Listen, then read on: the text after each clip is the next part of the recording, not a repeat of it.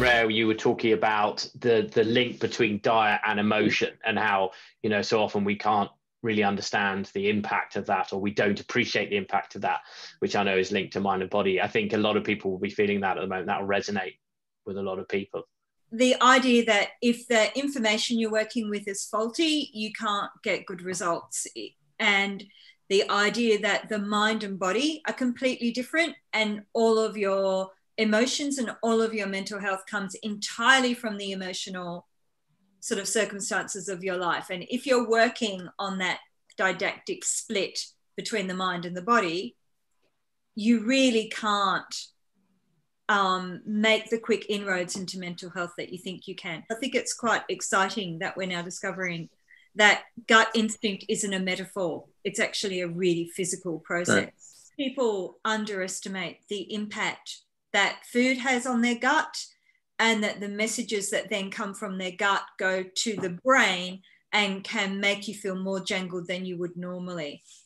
If we begin with the basic premise that, you know, the vagal nerve gets its name because it's a wanderer, which is Latin for wanderer, and it wanders from the gut to the heart to the brain, and it talks a lot, and gut instinct is a reality. It's not a metaphor.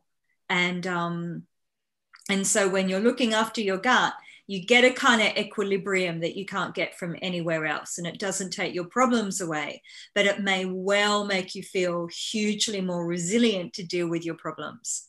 And sometimes you can't do anything about the incoming. We can't do anything about the pandemic. We can't do anything about the on again, off again conditions in the hospitality trade. We can't do anything about what the next 12 months is going to be like, but we can not have a really jangly white bread and caffeine breakfast, which is going to add to the mayhem. Over 90% of the serotonin in the body is made in the gut. And with antidepressants being one of the largest selling medications in the world, and they're designed to just preserve what serotonin there is in the brain, but we are absolutely dismissive of the impact the serotonin in our gut has on the serotonin in our brain. Preserving serotonin in your gut has this ripple effect onto your mental health. And so it is extraordinary that these antidepressants, that they can be brilliant for some people, they don't work in a large section of the population.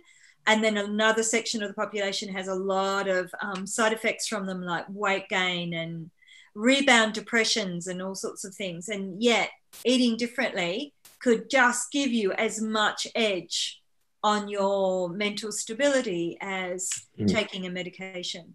The individuality you just mentioned a second ago, I thought that was quite nice, that if you're not generalizing, we're saying, you know, you need to find out what works for you. So is that a bit of a side note?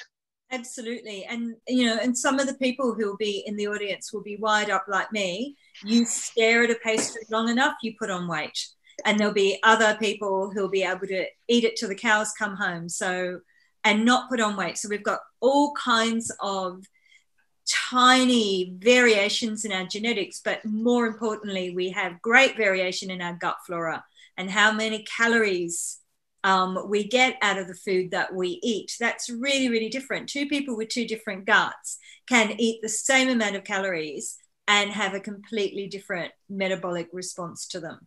And we've kind of always known it. We've always had, I don't know, a cousin who was a foot taller than you and could eat anything and not put on an ounce of weight. And then I'm just, you know, been my entire life a dumpling and waiting, you know. And part of that is inherited, and part of that will affect how profoundly food changes your mental health as well. Some people metabolize coffee very, very fast and can drink it after dinner at 11 at night. I'll be tap dancing on the ceiling, you know, till about 5 minutes before I have to wake up if I have coffee after 3 or 4. I'm sensitive to it and I'm a slow metabolizer. So